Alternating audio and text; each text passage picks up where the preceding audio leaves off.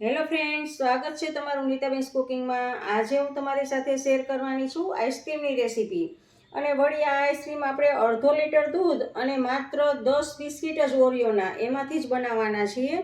અને આ આઈસ્ક્રીમ ખૂબ જ ટેસ્ટી અને વળી સાવ સસ્તામાં બની જાય છે અને બનાવતા તો 10 જ મિનિટ લાગે છે, ફટાફટ બની જાય છે। તો ફ્રેન્ડ્સ, રેસીપી બનાવતા પહેલાં તમને મારી એક રિક્વેસ્ટ છે કે જો તમને આઈસ્ક્રીમની રેસીપીનો વિડીયો ગમે તો લાઇક અને શેર કરજો અને આવા જ નવી રેસીપીના નોટિફિકેશન મળતા રહે તે માટે મારી ચેનલને સબસ્ક્રાઈબ કરજો। તો ચાલો બનાવીએ। સૌથી પહેલાં તો 2 ઓરિયોના પેકેટ લીધા છે, તો એમાંથી આપણે બિસ્કિટને અલગ પાડી લેશું। તો જુઓ, આપણે આ બિસ્કિટને આમાંથી અલગ પાડી અને બિસ્કિટને આપણે કટકા કરી લેવાના છે। હવે આ બિસ્કિટને આપણે સીધા આમાં મિક્સર જારમાં જ કટકા કરતા જઈએ। તો જુઓ, એકના 2, 3 કે 4 એવી રીતે કટકા કરી લેશું આપણે। હવે આપણે આનો પાવડર બનાવી લઈએ। તો આપણો આ પાવડર બની ગયો છે, એકદમ જુઓ સરસ, એકદમ ફાઇન પાવડર બની ગયો છે। તો આવી રીતે આપણે બિસ્કિટનો પહેલાં પાવડર બનાવી લેવાનો છે। તો જો એક વાસણમાં આ પાવડરને આપણે બિસ્કિટના પાવડરને લઈ લીધો છે। હવે આને આપણે સાઈડ ઉપર રહેવા દઈએ। હવે આપણે એક પેન લીધું છે અને એમાં આપણે અડધો લીટર દૂધ લેશું। એટલે કપના માપથી લેશું તો આપણે 2 કપ દૂધ લેશું।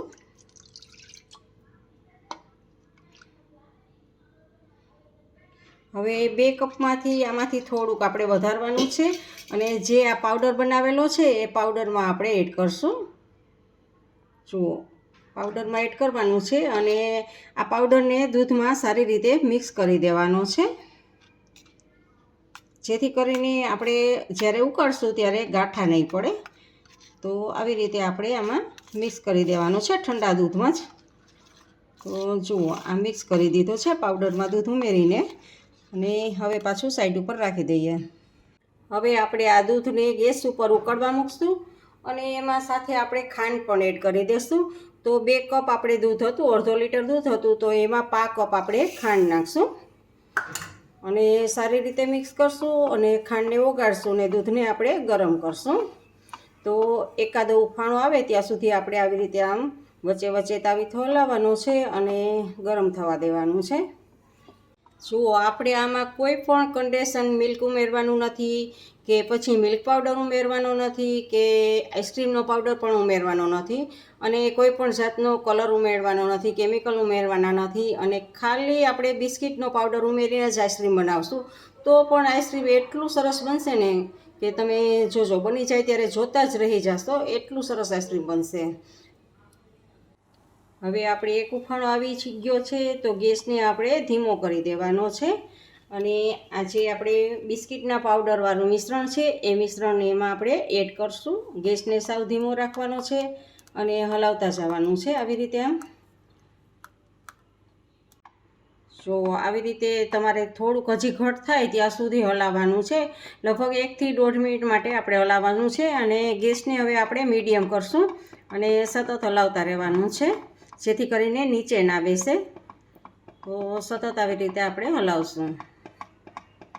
જુઓ, ઘણું જાડું થઈ ગયું છે, જુઓ આ તમે જોઈ શકો છો કે આટલું જાડું થઈ ગયું છે આપણે, અને હજી પણ આ ઠંડુ થશે એટલે વધારે ઘટ થશે। તો આપણે હવે ગેસને ઓફ કરી દેવાનો છે અને આવી જ રીતે 2 થી 3 મિનિટ સુધી આપણે ચલાવવાનું છે, આપણું પેન ગરમ છે એટલે। અને પછી અડધી કલાક માટે આમાં જ આપણે આ પેનમાં જ આવી રીતે ઠંડુ થવા દેશું। અડધી કલાક થઈ ગઈ છે અને જુઓ આપણું મિશ્રણ એકદમ ઘટ થઈ ગયું છે। જુઓ, તમે જોઈ શકો છો કે કેટલું ઘટ થઈ ગયું છે। તો હવે આપણે એને એક મિક્સર જારમાં લેવાનું છે। તો આમાં આપણે આ મિક્સરને એડ કરશું। હવે આને આપણે મિક્સરમાં એકદમ મિક્સ કરી લઈએ। હવે આપણે આને મિક્સરમાં એકદમ મિક્સ કરી લીધું છે, જુઓ મિક્સ થઈ ગયું છે એકદમ સરસ। હવે આપણે એક આ ખાંડણી લીધી છે અને જુઓ આ એક બિસ્કિટ છે, એને આપણે ખોલી લેવાનું છે અને એની અંદરથી આપણે ક્રીમ કાઢી લેવાનું છે ચાકાની મદદથી। જુઓ, ક્રીમ નીકળી જશે આસાનીથી અને આમાં આપણે કટકા કરીને એડ કરશું। આપણે 3 બિસ્કિટને આવી રીતે આમ લીધા છે, વચ્ચેથી ક્રીમ આપણે કાઢી લીધું છે અને હળવે હાથે આપણે દસ્તાથી આને ભાંગી લેવાના છે, હળવે હાથે, એટલે થોડાક મોટા મોટા પીસ રહે એ રીતે કરવાનું છે આપણે, તો સાવ ભૂકો નથી કરવાનો. તો જુઓ તમને હાથમાં બતાડું, આવી રીતે રાખવાના છે આપણે. હવે આપણે આમાં આ મિક્સર છે એને આપણે આ એરટાઈટ ડબ્બામાં ભરશું અને એની ઉપર આપણે આ જે બિસ્કિટ છે એ થોડા થોડા આપણે કટકા કરેલા છે એને આવી રીતે આમ કરશું અને થોડીક ચોકો ચિપ્સ અને પાછું આને એડ કરવાનું છે. આ વખતે આપણે બધું જ આમાં એડ કરી દઈશું અને હવે પાછા આપણે બિસ્કિટને એડ કરશું અને ચોકો ચિપ્સને એડ કરશું.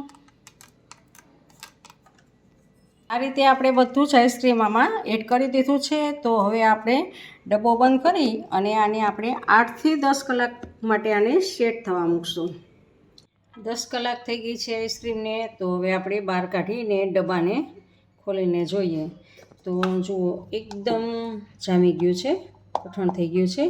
તો હવે આને આપણે 5 મિનિટ માટે રૂમ ટેમ્પરેચર ઉપર આવવા દેવાનું છે અને પછી આમાંથી આપણે આઈસ્ક્રીમ કાઢશું. હવે આપણે એક આ બાઉલમાં જુઓ એકદમ ઉપરથી બધું જ જુઓ બિસ્કિટના આપણે જે બધા કટકા નાખ્યા હતા એ બધા જ દેખાય છે સારી રીતે. અને આવી રીતે આમ આપણે આઈસ્ક્રીમને બીજું પણ હમણાં આપણે સ્કૂપ એમાં એડ કરશું.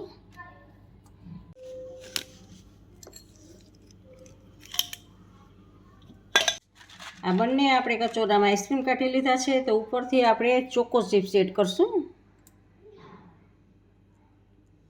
તો આ ઓપ્શનલ છે, તમારે એડ કરવી હોય તો, નહીં તો ડેરી મિલ્કની ચોકલેટ હોય છે એના નાના કટકા કરીને પણ તમે એડ કરી શકો છો. અને હવે ઉપરથી ચોકલેટ સિરપ આપણે એડ કરશું.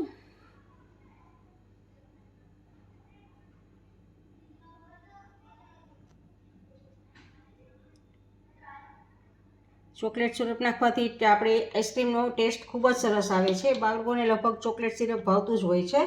તો આવી રીતે આપણું આઈસ્ક્રીમ એકદમ સસ્તામાં બની જાય અને ઘરે જ બનાવવું અને બહુ વાર પણ નથી લાગતી, ફટાફટ બની જાય છે એવું આપણું આ આઈસ્ક્રીમ તૈયાર છે. ફ્રેન્ડ્સ, તમને મારી આઈસ્ક્રીમની રેસીપીનો વિડીયો કેવો લાગ્યો તે કમેન્ટ કરજો અને જો ગમ્યો હોય તો લાઈક કરીને તમારા ફેમિલી મેમ્બર્સ અને ગ્રુપમાં શેર કરજો અને મારી ચેનલને સબસ્ક્રાઈબ કરવાનું ના ભૂલશો. આવજો, બાય. ફરી મળીએ એક નવી રેસીપી સાથે.